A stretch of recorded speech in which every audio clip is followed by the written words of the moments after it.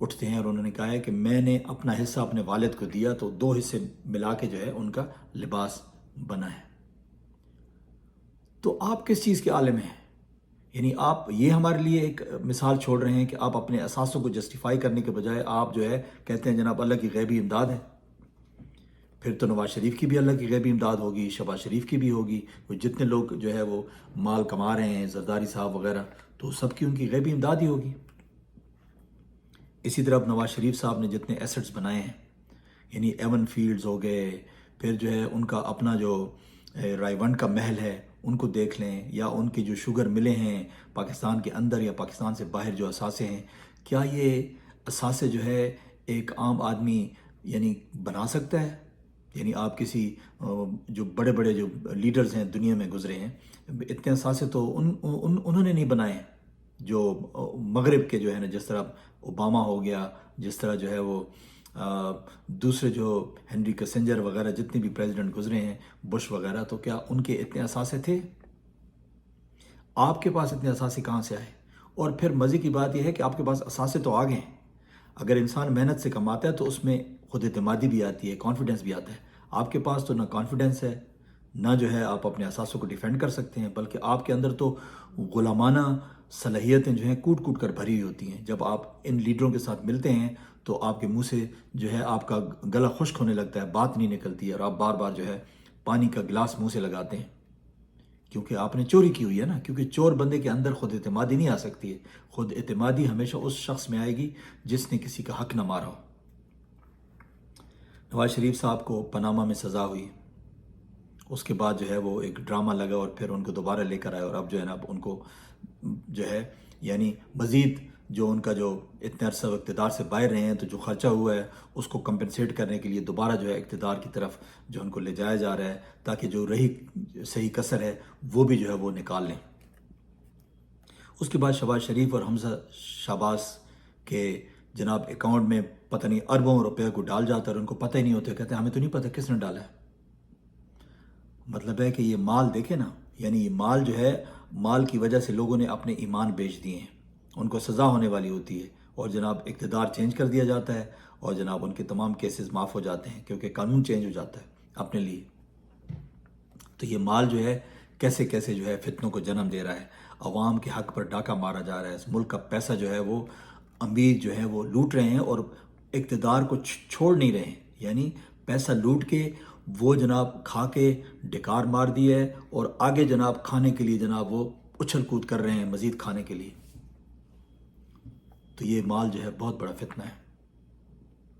اسی طریقے سے زرداری صاحب کا تو آپ کے سامنے ہی ہے، یعنی ایان علی آپ کو یاد ہوگی، جو زرداری صاحب کا مال جو ہے دبئی لے کے جاتی تھی، کس طریقے سے جو ہے نا اس کو جب پکڑا گیا تو جس انسپکٹر نے اس کو پکڑا تھا اس کو صفحہ ہستی سے ہی مٹا دیا گیا، اور آج تک کیا ہوا اس کیس میں اس کا تو پتہ ہی نہیں ہے۔ وہ ایان علی آج کل کہاں ہوتی ہیں؟ اسی طرح کئی اور ایان علی ہوں گی، یہ ایک تو نہیں تھی ظاہر ہے۔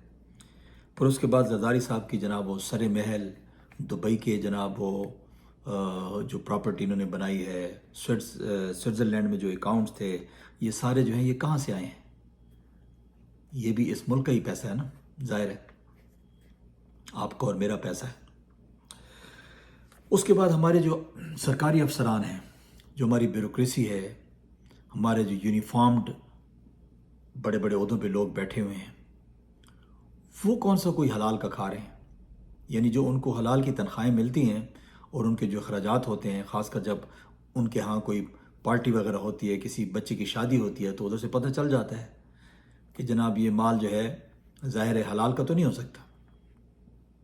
حلال کا مال اگر آپ نے دیکھنا ہے تو آپ جو ہے وہ چند، اور یہ مقبول جان صاحب کو آپ دیکھ لیجئے، یہ ریٹائرڈ بیوروکریٹ ہیں، وہ جس طرح ان کی حالت ہوتی ہے تو اس سے پتہ چلتا ہے کہ واقعی اس بندے نے جو ہے نا ساری زندگی حلال ہی کھایا ہے۔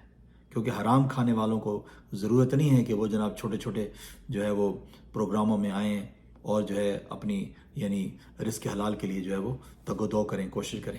جنہوں نے حرام کھایا ہوتا ہے وہ تو آرام سے بیٹھ کے عیاشی سے جو ہے اپنی زندگی گزارتے ہیں، ان کو کیا ضرورت ہے کہ جناب وہ جو ہے کسی ایماندار شخص کو جو ہے وہ سپورٹ کریں اور اپنے لیے مسائل پیدا کریں۔ لیکن ان لوگوں کو یہ نہیں پتہ کہ یہ سارے کام تو بندہ کر جاتا ہے، لیکن اس کا انجام بہت برا ہوتا ہے.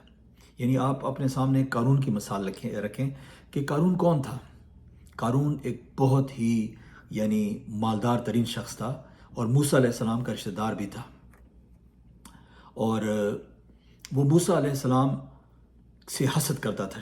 یعنی تھا تو ان کی جو ہے وہ شریعت پہ چلتا تھا، لیکن ان سے شدید حسد کرتا تھا اور ان کو نقصان پہنچانے کی کوشش کرتا تھا. کیونکہ موسیٰ علیہ السلام اللہ کے نبی تھے اور ظاہر ہے لوگ ان کو چاہتے تھے، ان سے پیار کرتے تھے. تو انہوں نے ایک سازش گھڑی اور ایک عورت کو جو ہے پیسے دے کے جو ہے اس کو کہا کہ تم جو ہے موسیٰ پہ بدکاری کا الزام لگا اور تمہیں میں اتنے پیسے دوں گا. کچھ پیسے ایڈوانس میں دیتا ہے اور کچھ پیسے جو ہے وہ بعد میں وعدہ کرتا ہے. تو ایک مجمع میں موسیٰ علیہ السلام واعظ و نصیحت کر رہے ہوتے ہیں قوم کو، تو اتنے میں جو ہے یہ قارون آتا ہے اور قارون کہتا ہے کہ تم کیا ہمیں بیوقوف سمجھتے ہو؟ تو موسیٰ علیہ السلام کہتے ہیں کہ کیا ہوا ہے؟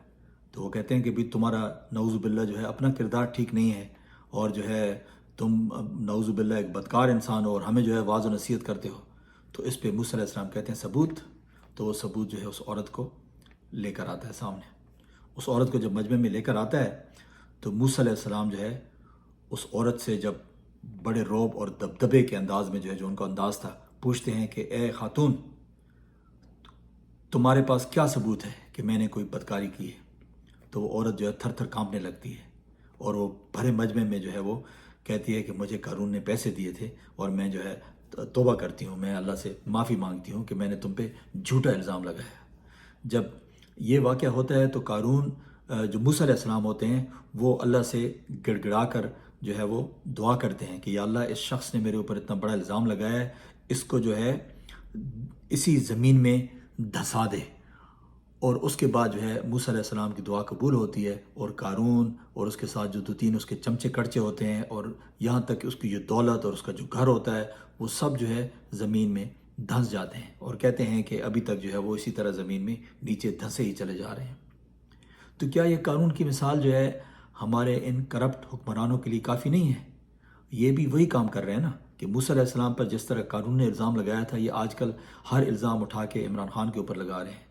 کبھی اس کے اوپر جو ہے بدکاری کے الزام لگاتے ہیں، کبھی کرپشن کے الزام لگاتے ہیں، کبھی کس چیز کے الزام لگاتے ہیں.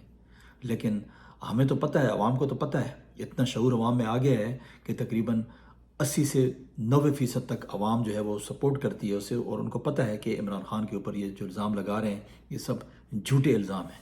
اس بندے نے تو اپنی تمام جائیداد سب کچھ جو ہے شوکت خانم کے نام کر دی ہے، اس کو کس چیز کی لالچ ہے؟ تو بہرحال یہ مال جو ہے اس میں کوئی شک نہیں ہے کہ یہ بہت بڑا فتنہ ہے اور اس مال ہی کی وجہ سے ہم اتنے پیچھے رہ گئے ہیں. دنیا کے ممالک ہم سے آگے نکل گئے ہیں. دیکھیں آپ دبئی کو دیکھیں، سنگاپور کو دیکھیں، ملائیشیا کو دیکھیں، کوریا کو دیکھیں، چائنا کو دیکھیں، انڈیا کو دیکھیں، یہاں تک کہ آپ افغانستان اور بنگلہ دیش کو دیکھیں. یہ سب ممالک ہم سے جو ہے وہ آگے نکل گئے ہیں اور ہم لوگ جو ہیں وہ پیچھے کے سفر میں جو ہے رواں دواں ہیں. اس کی وجہ کیا ہے؟ یہی جو نبی پاک صلی اللہ علیہ وسلم نے فرمایا تھا کہ میری امت کا فتنہ مال ہے. تو یہ مال ہی سب سے بڑا فتنہ ہے اور یہ جو اژدہا بن کے جو سانپ بن کے جو ہمارے مالوں پہ جو ہے نا حکمرانی کر رہے ہیں، تو آپ جو ہے برائے مہربانی 8 فروری کو ان کو جو ہے عبرت کا نشان بنائیں اور ان کا ہمیشہ ہمیشہ کے لیے راستہ روکیں اور جو ہے حقدار کو اس کا حق دیں تاکہ جو ہے ان سے ہماری جان چھوٹ جائے. اگر آپ کو میری باتیں پسند آئیں تو میرے چینل کو ضرور سبسکرائب کیجیے گا. اپنا بہت بہت خیال رکھیے. اللہ